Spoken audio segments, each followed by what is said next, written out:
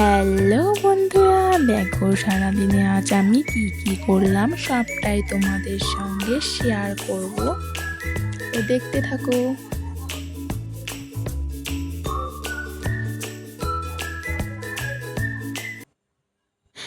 নমস্কার বন্ধুরা, good morning, welcome back to my channel Snehalata lifestyle. কেমন আছো? আশা করি সবাই ভালো আছো, আর তোমাদের ভালোবাসায় আমিও কিন্তু অনেক ভালো আছি। তো নতুন একটা ব্লগে তোমাদের স্বাগত জানিয়ে শুরু করছি আজকের নতুন ব্লগটি। আশা করছি তোমাদের অনেক ভালো লাগবে। তো সবটাই স্কিপ না করে সবটাই দেখো। আশা করি তোমাদের ভালো লাগবে, আর ভালো লাগবে প্লিজ। তো দেখো, সকাল থেকেই আজকে বৃষ্টি হচ্ছিল, তোমরা তো দেখলেই। তারপরেও বৃষ্টিতে ভিজেই আমি উঠান ঝাড় দিয়ে নিয়েছি, তারপরে ঠাকুর পূজা করে নিলাম, তারপরে চা করে নেব। আজকে না চাই খাবো, দুধ মুড়ি খাবো না। তো দেখো, এদিকে চা করছি, আজকে দুধ চা করব, সাথে একটু রুটি বানাবো। অনেক দিন ধরেই রুটি খাওয়া হচ্ছে না, শুধু দুধ মুড়ি আমি খাওয়া হচ্ছিল, তো ভাবলাম আজকে একটু রুটি বানিয়ে নিই। তো দেখো, এদিকে রুটি বানিয়ে চা টা খাওয়া কমপ্লিট করে সবাই ঘুম থেকে উঠে পড়ছে। তখন আমি ভাবলাম না, বিছনার চাদরটা একটু ঝেড়ে নেই, কারণ অনেক দিন থেকেই তো পাতা আছে, তার জন্য বিছনার চাদরটাকে ঝেড়ে টেড়ে নিলাম। এবার বিছনার চাদরটা পেতে নিব। তো দেখো, তোমাদের সঙ্গে শেয়ার করছি সেটাই। এদিকে আমি বিছনার চাদরটা পাচ্ছি, আর এদিকে তোমাদের সঙ্গে কিছু কথা শেয়ার করি। কালকে রাত্রের থেকে এত পরিমাণে আমাদের এদিকে বৃষ্টি, সাথে বিদ্যুৎ চমকানো। তো কি বলবো, আমাদের তো একদম রাত্রেবেলা ভয়ই লেগে গেছিলো, এত জোরে জোরে বিদ্যুৎ চমকাচ্ছিল। তারপরে তো উঠে নিয়ে ফ্রিজ ট্রিজের কট টট খুলে রাখলাম আর কি। তারপরে দেখো, এদিকে মেয়েকে পড়াতে বসে গেছি, কারণ আজকে রবিবার, যেহেতু মেয়ের স্কুল নেই, সেহেতু মেয়েকে কিছুক্ষণ পড়িয়ে তারপরে দেখলাম হালকা কিছু কালকের জামা কাপড় কাচা আছে, ওগুলো শুকোতে দিলাম, আর কিছু ধুয়ে নিয়েছি সেগুলো শুকিয়ে দিলাম। তারপরে দেখলাম কি হালকা রোদ উঠেছে, তো ভাবলাম এই সময় যদি আমি শুকোতে না দিই তারপরে আর শুকোবে না। এমনিতেই আকাশটা বৃষ্টি হলে কি হবে, কিন্তু গরম আছে প্রচণ্ড।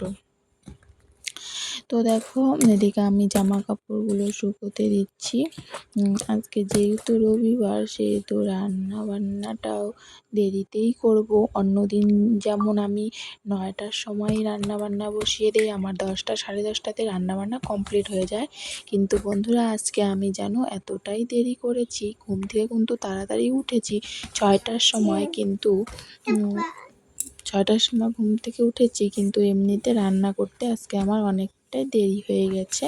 কারণ বরমশাইও আজকে দোকানে যায়নি, বাড়িতে ছিল। তো ও তো ছেলেকে দেখছিল, ওই দেখো ছেলেকে নিয়ে ওখানে বসে আছে, আর আমি এদিকে কাজবাজ করছিলাম।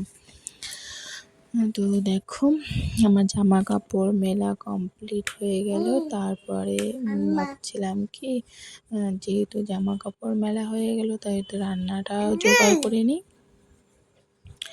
তো আজকে রান্না করব। এদিকে দেখো, ভাত বসিয়ে দিচ্ছি, কারণ কি বলতো, ভাতটা যদি আগে না বসাই তো ছেলে খাবে, তো তার জন্য ভাতটাই আগে বসিয়েছি, ধুয়ে টুয়ে প্রেসারে, যেহেতু আমি ভাত রান্না করি। দেখো, আমি এদিকে প্রেসারে ভাত বসিয়ে দিচ্ছিলাম। আর আজকে রান্না করব হচ্ছে কাঁকরোল ভাজা করব, মিষ্টি কুমড়া ভাজা করব, আর হচ্ছে গুতা লাগবে চোখে। আর হচ্ছে গিয়ে কি ভাজা করলাম যেন, সোয়াবিন আলু দিয়ে তরকারি রান্নাম, আর ছেলের জন্য ডাল সিদ্ধ করছিলাম, আর হচ্ছে পটল ভাজা করছিলাম। এই দেখো, এদিকে আমি সবজিগুলো কেটে নিয়েছি, এখন সবগুলোকে একসঙ্গে লবণ হলুদ দিয়ে মেখে ভেজে নিব।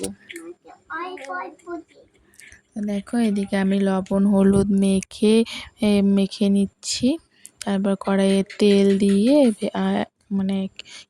কিছুটা করে ভেজে নিলাম। আর যেহেতু আজকে বরমশাই দোকানে যায়নি, তো ছেলেকে ওই দেখছে। না হলে তো আমার এই টাইমটা একদমই রান্না হয় না। ছেলে এই টাইমটা খুবই কান্নাকাটি করে, তার জন্য আমার রান্না কিন্তু 10টার মধ্যেই হয়ে যায়। আবার মনে করো কালকে যেহেতু সোমবার মেয়ের স্কুল আছে, তো কালকের থেকে তো আবার ওই একই টাইম মেনটেন করতে হবে। আমার যতই কী হোক না কেন, টাইম মতন যদি সব কিছু না করি তাহলে তো মনে করো মানে হবেই না আর কি এরকম। এদিকে দেখো সোয়াবিনটা আমি কষিয়ে নিচ্ছি, তারপরে একটু একটু করে জল দিয়ে জিরা ঠিরা দিয়ে রসুন টসুন দিয়ে রান্না করেছিলাম আর কি, মাখা মাখা করেছিলাম। এদিকে দেখো মেয়েকে খেতে দিয়ে দিয়েছি, মেয়ে এখন একা একাই খায় মোবাইল দেখে। তো লাস্টের দিকে কিছুটা ভাত যখন থাকে তখন আমি খাইয়ে দিই আর কি মেয়েকে। তো এরকমই হয় রোজ দিন, তো রবিবারটার জন্য একটু আলাদা।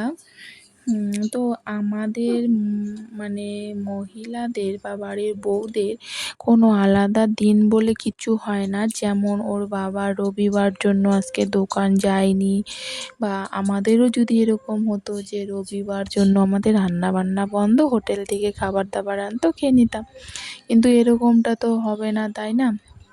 আমাদের তো রান্না করতেই হবে। এদিকে বড়মশাইয়ের ভাত ঠাত বেড়ে দিলাম, আর কিছুটা টমেটোর স্যালাড করে খাইয়েছিলাম। খাওয়া দাওয়ার পর বাসন টাসন মেজে নিয়ে গ্যাস ট্যাস পরিষ্কার করে মুছে রেখে দিলাম, না হলে পরে তো আর সময় হয় না। এই টাইমটা ছেলে একটু ঘুমিয়েছিল, এই ফাঁকে তাড়াতাড়ি করে করেছি। তো ওদিকে দেখো গ্যাস ট্যাস একদম ক্লিন করে নিয়েছি। তারপর ভাবলাম যেহেতু খাওয়া দাওয়া হয়েই গেছে, তো ঘরটাও একদম ঝাড় দিয়ে নিই। এদিকে ঘর ঠর সম্পূর্ণ ঝাড় ঠাড় দিয়ে নিলাম। আর কি বলতো, বৃষ্টির দিনে না ঘর দরজা এরকম স্যাঁতস্যাঁতে হয়ে থাকে, কি বলবো। পাকা ঘর হলে কি হবে, তাও যেন একদম ভিজে ভিজে থাকে। মাটির ঘর তো থাকে, কিন্তু পাকা ঘরও কিন্তু একটু ভিজে ভিজে থাকে। তো ওরকমই মানিয়ে তো নিতেই হবে। তো দেখো এদিকে আমি সকালে কিন্তু একবার ঘর টর মুছে টুচে রেখে দিয়েছি, সেগুলো স্কিপ তোমাদের সঙ্গে নেওয়া হয়নি। আর আমার 2-3 বার করে ঘর ঝাড়ু দেওয়া হয়েই যায়, যেহেতু বাচ্চা কাচ্চা আছে। তো আমার না ঘর বেশি নোংরা হয়, আর যেহেতু আমার এক ঘরের মধ্যেই সব কিছু, সেহেতুকে আমার ঘর নোংরা হয়েই যায়। তো দেখো এদিকে আমি ঘর ঠর ঝাড়ু দিয়ে নিচ্ছি। এদিকে কিন্তু ওর বাবাও ঘুমিয়ে পড়েছে, ছেলেও ঘুমিয়েছে, মেয়েও ঘুমিয়েছে। এই ফাঁকে আমি কাজগুলো করে নিচ্ছি। তারপরে দেখো একটু রাস্তাতে বেরোলাম, মানে একটু হাঁটাহাঁটি করবো জন্য, তো ভাবলাম আমি একটু ভিডিও করে নিই। তার জন্য তোমাদের সঙ্গে ভিডিওগুলো একটু শেয়ার করছিলাম রাস্তার চলার। আমার না ঘুমই পাচ্ছিল না, তো কেমন লাগলো কমেন্টে জানিও, আর ভালো লাগলে প্লিজ লাইক সাবস্ক্রাইব করে দিও। কাল আবার আসবো নতুন একটা ব্লগ ভিডিও নিয়ে। ততক্ষণ তোমরা ভালো থেকো, সুস্থ থেকো, আর ভালো থেকো আর কি সবাই।